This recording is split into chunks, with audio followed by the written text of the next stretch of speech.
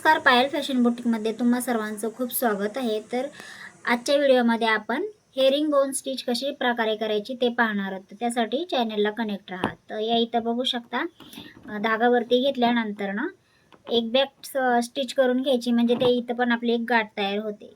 ते केल्यानंतर ना क्रॉस स्टिच तुम्ही पाहिली असेलच, तर अशा पद्धतीने क्रॉसमध्ये जायचं। तर क्रॉस स्टिच मध्ये काय केलं होतं, आपण एकच छोटा टाका घेतला होता। तर या इथं काय करायचं आहे, एक छोटा टाका, म्हणजे जो धागा आहे, हा जो धागा आहे याच्या पुढच्या साईडला एक छोटा टाका घ्यायचा आहे। त्याच्यानंतर ना पुन्हा पाठीमागे यायचं आहे। या पद्धतीनं पाठीमागे आल्यावर इथे एक चेन स्टिच, नंतर पुन्हा एक छोटी चेन स्टिच घ्यायची आणि मग नंतर ना आपल्याला असं क्रॉस मध्ये जायचं आहे। तर या इथं काय फरक केला आपण, जो क्रॉस स्टिच होती त्याच्यामध्ये एक टाका टाकलेला आणि या इथे आपण पुढच्या दिशेने एक छोटी चेन घेतली, चेन स्टिच, आणि त्याच्यानंतर ना बॅक मध्ये येऊन पुन्हा दोन चेन स्टिच घेतली। आणि तर मग याला काय, या स्टिचला हेरिंग बोन स्टिच असं म्हणतात।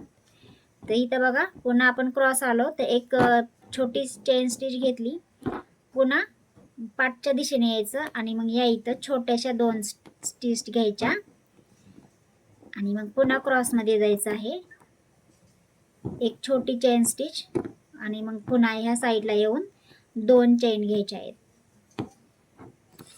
तर या पद्धतीने आपली ही हेरिंग बोन स्टिच तयार होत आहे। तर याचा पण उपयोग तुम्ही बॉर्डर लाईन म्हणून करू शकता किंवा ब्लाउज डिझाईन मध्ये पण तुम्ही याचा वापर करू शकता।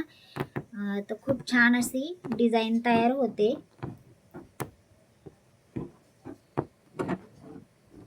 एकदम सोपी पद्धत आहे, जर आपण अवघड नाही, तुम्ही फक्त प्रॅक्टिस केली की तुम्हाला ते लगेच जमणार। सुंदर दिसते डिझाईन ही।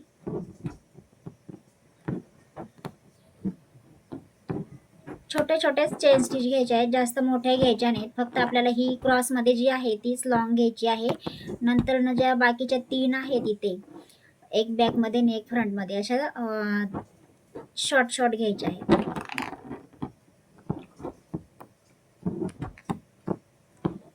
तर अशा प्रकारे आपली ही डिझाईन तयार झालेली आहे।